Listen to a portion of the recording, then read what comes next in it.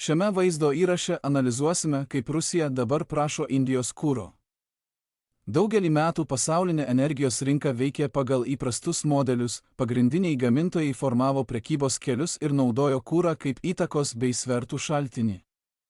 Tačiau šis įvaizdis susiduria su netikėtu pokyčiu. Rusija dabar perka kurą iš Indijos, tos pačios šalies, kuriai anksčiau tiekdavo didžiuliais mastais. Pastaruoju metu Rusija pradėjo pirkti benzino atsargas iš Indijos, tai pokytis, kuris dar visai neseniai būtų atrodęs labai neįprastas. Rusija ilgą laiką buvo laikoma viena didžiausių energijos eksportuotojų pasaulyje ir viena didžiausių naftos tiekėjų tarptautinėje rinkoje. Jos kuro pramonė tradiciškai buvo siejama su didelio masto eksportu, o ne priklausomybė nuo išorinių tiekimų. Tuo tarpu Indija dažniausiai buvo laikoma viena didžiausių importuojamų energijos išteklių vartotojų ir perdirbėjų. Tai, kad Rusijos paklausa dabar juda priešinga kryptimi, iškart patraukia dėmesį, nes apverčia įprastą pasaulinės energijos prekybos modelį. Toks pokytis savaime dar neatskleidžia visos istorijos, tačiau rodo, kad Rusijos energetikos sistemoje vyksta kažkas svarbaus. Norint suprasti, kodėl šis įvykis žymi reikšmingą posūkį, svarbu prisiminti, kokie dideli tapo energetiniai ryšiai tarp Rusijos ir Indijos pastaraisiais metais. Rusija Indijai tiekdavo ne tik pavienius krovinius ar ribotas skubios pagalbos siuntas, po prekybos srautų pokyčių, kuriuos lėmė vakarų sankcijos, ji tapo viena didžiausių Indijos naftos tiekėjų.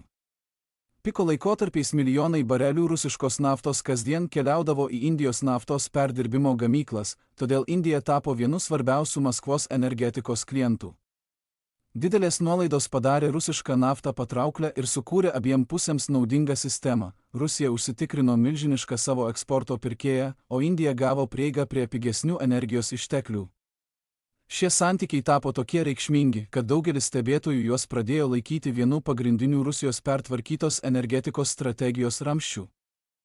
Toks apsisukimas yra svarbus, nes kuro sistemos neveikia kaip vienas vientisas mechanizmas. Šalis gali ir toliau gaminti didelius kiekius žalios naftos, tačiau tuo pat metu susidurti su spaudimu tam tikrose srityse, pavyzdžiui, perdirbimo pajėgumų ar regioninio kuro paskirstymo.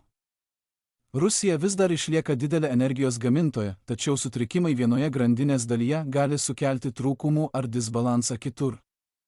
Tai reiškia, kad problema gali būti ne naftos buvimas po žemę, o jos pavertimas tinkamais produktais ir jų nugabenimas ten, kur jų reikia. Todėl šis pokytis atkreipia dėmesį į pačios sistemos būklę, o ne į Rusijos žaliavų bazę. Šis skirtumas tampa svarbus norint suprasti kitą istorijos etapą. Rusija nesprendžia šios problemos paprasčiausiai pakeisdama prarastą kurą naujų tiekėjų.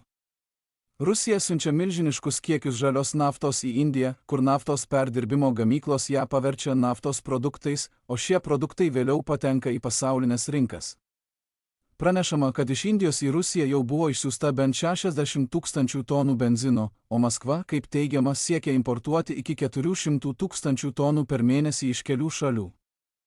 Kai kuriais atvejais maršrutas taip pat eina per prekiautojus ir tarpininkus, o ne tiesiogiai tarp valstybių. Tai reiškia, kad Rusija eksportuoja žaliasias energijos išteklius ir moka papildomas išlaidas už transportavimą bei prekybos maržas, kol kuras grįžta per komercinius kanalus. Rezultatas – sistema, kuri su kiekvienu papildomu žingsniu tampa brangesnė ir mažiau efektyvi. Apskritai šio pokyčio svarba slypi ne tiek pačiame krovinių gabenime, kiek tame, ką jis atskleidžia apie besikeičiančius priklausomybės ryšius Rusijos energetikos tinkle. Indija tapo viena svarbiausių Rusijos ekonominių gyvybės linijų po to, kai sankcijos pakeitė pasaulinės prekybos srautus ir nukreipė Rusijos naftos eksportą naujiems pirkėjams. Šis santykis buvo paremtas tuo, kad Rusija tiekia energiją, o Indija ją masiškai perka. Dabar Rusijai perkant kurą iš to paties kliento susidaro ryškus apsivertimas, rodantis spaudimą tam tikrose pačios Rusijos perdirbimo ir kuro sistemos dalyse.